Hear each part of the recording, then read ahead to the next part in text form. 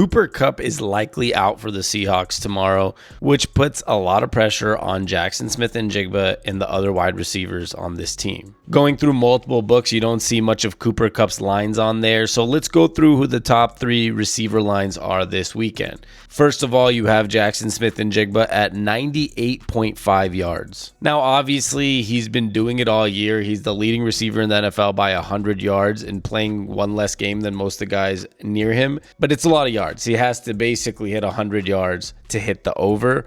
I think it's possible if Cooper Kupp truly doesn't play. Second on the Seahawks is Torrey Horton at 31.5 yards of an over-under. That's a huge difference. We're talking about 100 yards down to 30. They're looking at him as the second best receiver in the books this weekend. I think he can hit over if Kupp's out, but I'm looking at a game where you're probably going to have a lot of just Jackson Smith-Njigba from the receivers and then have some tight end play, which is coming up next year. You can play this on the Rebet app using promo code Seattle on tap, which is actually available in Washington and in many other states.